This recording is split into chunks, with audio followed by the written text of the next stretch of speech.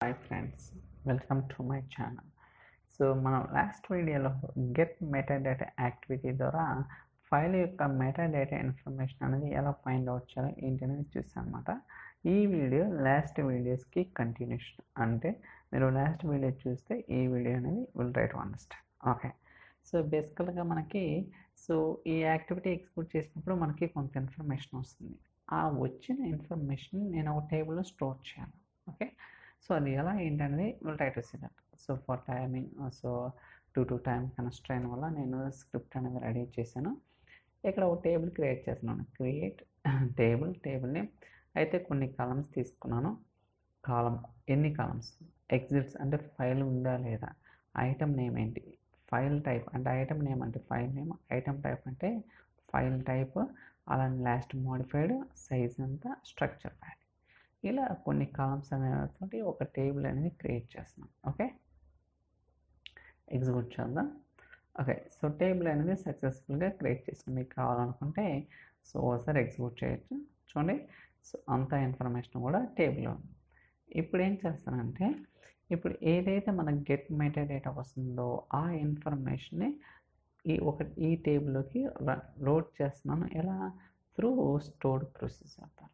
Okay, so దానికోసం ఒక procedure అనేది క్రియేట్ చేసిన, ఏమని క్రియేట్ ప్రొసీజర్ నేమ్, ఇవన్నీ కూడా ఇన్పుట్ పారామీటర్స్. మనకు తెలుసు కదా, ఒక స్టోర్డ్ ప్రొసీజర్కి ఇన్పుట్ అవుట్పుట్ రెండు పారామీటర్స్ ఉంటాయి అన్నమాట. ఇన్పుట్ అంటే మనం ఇచ్చేయి, అవుట్పుట్ అంటే స్టోర్డ్ ప్రొసీజర్ రన్ చేస్తే వచ్చిన వాల్యూని క్యాప్చర్ చేసుకోవడానికి. Okay, so as begin set no count on, so దాని తర్వాత ఇన్సర్ట్ ఇంటూ టేబుల్ నేమ్, అలా వాల్యూ సెక్షన్లో ఏదైతే పారామీటర్స్ ఉన్నాయో అంటే మనం అంటే పాస్ చేస్తున్నామో ఆ పారామీటర్స్ని ఇక్కడ కాల్ చేస్తున్నాం. ఓకే, సో మీరు సీక్వెల్ తెలిస్తే సో ఈజీగా మనం చేయొచ్చు అనమాట. ఈ స్టోర్డ్ ప్రొసీజర్ మనం ఆల్రెడీ అరౌండ్ ఒక 94 వీడియోస్ సీక్వెల్ సర్వర్ ప్లేలిస్ట్లో ఉన్నాయి. సో మనం అన్నీ కూడా డిస్కస్ చేయడం జరిగింది. మళ్ళీ ఇది సో యా. ఓకే, ఎగ్జిక్యూట్ చేద్దాం. Okay, done.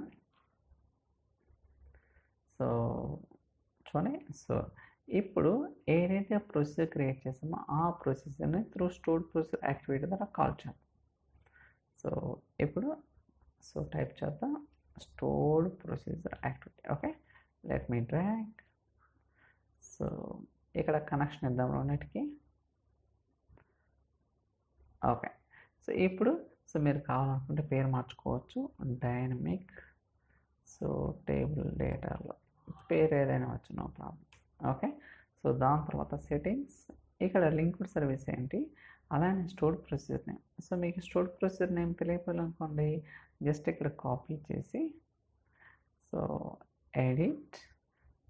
Okay, so uncheck చేయండి, మళ్ళీ రిఫ్రెష్ చేయండి. సో ఇప్పుడు లోడ్ అవుతుందన్నమాట. సో ఇలా మనం ఏంటంటే ఒకవేళ ప్రొసీజర్ నేమ్ తెలియకపోతే, అంటే మల్టిపుల్ ప్రొసీజర్స్ ఉన్నప్పుడు కష్టం అవుతుంది కాబట్టి ఇలా కాపీ చేసుకోవచ్చు అన్నమాట. సో దాని తర్వాత మనకి ఇక్కడ పారామీటర్స్ చాలా ఉన్నాయి. ఓకే, అరౌండ్ ఒక 7 పారామీటర్స్ ఉన్నాయి కదా. సో మీరు కావాలనుకుంటే ఇంపోర్ట్ అనగానే ఏదైతే ప్రొసీజర్ మనం క్రియేట్ చేస్తామో ఆ ప్రొసీజర్లో పారామీటర్స్ అన్నీ వచ్చేసినాయి. చూడండి, so column count, exits values, item name, item type, last modified size, structure value. Okay, వీటికి వాల్యూస్ ఎక్కడి నుంచి వస్తామంటే బేసికల్గా మనకి ఏదైతే ప్రీవియస్ యాక్టివిటీ ఉందో ఆ యాక్టివిటీ నుంచి వచ్చిన అవుట్పుట్ని ఈ స్టోర్డ్ ప్రొసీజర్లో ఉన్న పారామీటర్స్కి ఇన్పుట్గా సప్లై చేస్తాం. ఓకే, ఏం చేస్తున్నాం అంటే సో దీని ముందు ఏదైతే యాక్టివిటీ ఉందో ఆ యాక్టివిటీ ద్వారా వచ్చిన అవుట్పుట్ని ఈ స్టోర్డ్ ప్రొసీజర్లో ఉన్న పారామీటర్స్కి ఇన్పుట్గా ప్రొవైడ్ చేస్తున్నాం. ఫర్ ఎగ్జాంపుల్ కాలమ్ కౌంట్ అంటే సో ఇక్కడ చూడండి యాక్టివిటీ అవుట్పుట్స్ ఉంది కదా. సో ప్రాపర్గా అబ్జర్వ్ చేయాలి, column count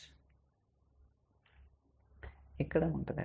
yeah, column count, that's it. Okay, click. Okay, అలానే exits value, so exits. Okay, దాని తర్వాత ఐటమ్ నేమ్, ఓకే, దాని తర్వాత ఐటమ్ టైప్, ఓకే, దాని తర్వాత సో లాస్ట్ మోడిఫైడ్, ఓకే, దాని తర్వాత సైజ్, ఓకే, దాని తర్వాత స్ట్రక్చర్. Okay, that's it. ఇలా మనం ఏంటంటే సో ఇన్పుట్ పారామీటర్స్కి ప్రీవియస్ యాక్టివిటీలో ఉన్న అవుట్పుట్ని సప్లై చేసామన్నమాట. ఓకే, సో మనం అన్నీ కూడా డిఫైన్ చేసినాం కదా. సో మీరు కావాలనుకుంటే చెక్ చేసుకోవచ్చు. ఇప్పుడు వాల్యుయేట్ చేద్దాం. ఏదైనా మిస్టేక్ ఉందా? Okay, looks good, D1, that's it. So load అవుతుంది యాక్టివిటీ.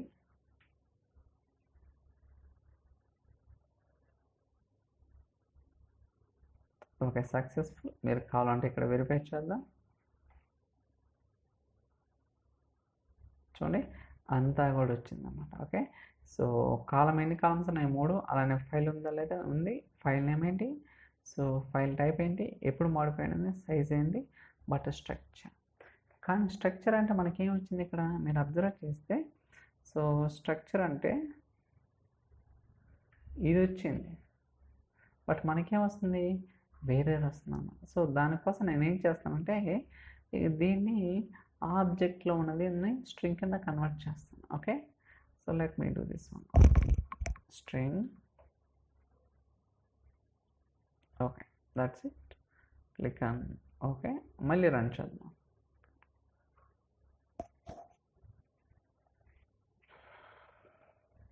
సో లోడ్ అవుతుంది. Let's wait.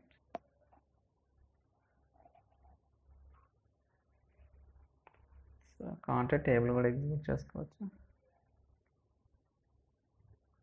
చూడండి అంటే బిఫోర్ స్ట్రింగ్ కన్వర్షన్ ఎలా ఉంది, ఆఫ్టర్ స్ట్రింగ్ కన్వర్షన్. ఓకే, ఇది డిఫరెన్స్ అనమాట. రిమైనింగ్ కాలమ్స్ అన్నీ కూడా ఓకే, కానీ బట్ ఇక్కడ స్ట్రక్చర్ అనేది డిఫరెంట్గా వస్తుంది అనమాట. ఇలా ఏంటంటే సో స్టోర్డ్ ప్రొసీజర్ యాక్టివిటీ, అలానే గెట్ మెటీరియల్ యాక్టివిటీ, డిలీట్ కావచ్చు, కాపీ కావచ్చు, ఇవన్నీ కూడా మనకి చాలా చాలా ఇంపార్టెంట్ అనమాట. ఓకే, నెక్స్ట్ వీడియోలో ఇప్పుడేంటి గెట్ మెటీరియల్లో ఓన్లీ ఒక ఫైల్ పాయింట్అవుట్ చేసినప్పుడు ఈ ఇన్ఫర్మేషన్ వస్తాయి. బట్ అలా కాకుండా ఒక ఫోల్డర్ని పాయింట్అవుట్ చేసినప్పుడు ఎలాంటి ఇన్ఫర్మేషన్ వస్తాయి, ఆ వచ్చిన ఇన్ఫర్మేషన్ని సో లూప్ చేయాలంటే ఎలాంటి యాక్టివిటీస్ వాడాలి అనేది కూడా నెక్స్ట్ వీడియోలో అయితే will try to understand. So I think ఈ వీడియో మీకు నచ్చిందని అనుకుంటున్నాను. ఇన్ కేస్ ఈ వీడియో కనుక సో మీకు నచ్చినట్టయితే లైక్ చేయండి, షేర్ చేయండి, సబ్స్క్రైబ్ చేయండి. So thank you so much for watching. Will catch next video. Bye.